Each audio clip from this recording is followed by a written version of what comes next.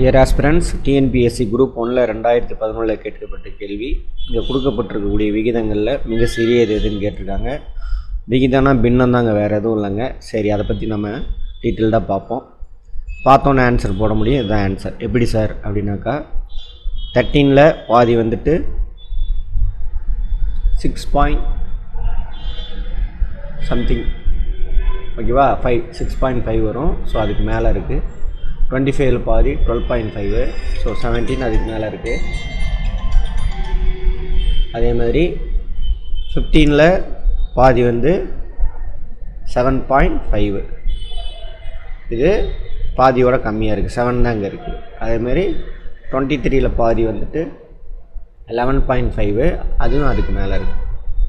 அப்போ இதுதான் பாதிக்கு கீழே இருக்குது, மற்றது எல்லாமே பாதிக்கு மேலே இருக்குது. அப்போ ஆன்சர் என்னங்க? சி தாங்க. இதை நீங்கள் பார்த்தோன்னே உங்களால் ஆன்சர் பண்ண முடியும். இந்த மாதிரி பார்த்தோன்னே ஆன்சர் பண்ணணும் அப்படின்னா அதுக்கான பேசிக் கான்செப்ட்ஸ்லாம் நீங்கள் தெரிஞ்சிருக்கணும். ஸோ அந்த பேசிக் கான்செப்ட் புரிஞ்சிட்டிங்கன்னா பார்த்தோன்னே அப்படிங்கிறதுல 10 செகண்டில் உங்களால் ஆன்சர் பண்ண முடியுங்க. பார்த்தோன்னே சொல்லலாம் அதான் அப்படின்ட்டு. இந்த மாதிரி நீங்கள் ஒரு 80 to 90% ஆஃப் கொஸ்டின்ஸுக்கு ஃபார்முலா இல்லாமல் பார்த்தோன்னே ஆன்சர் பண்ண முடியும். அந்த மாதிரி ஃபார்முலா இல்லாமல் ஆன்சர் பண்ணணும், டைம் நிறைய சேவ் ஆகணும் அப்படின்னாக்கா நம்ம சிவா ஐஏஎஸ் அகாடமியில் ஜாயின் பண்ணுங்கள். All the best.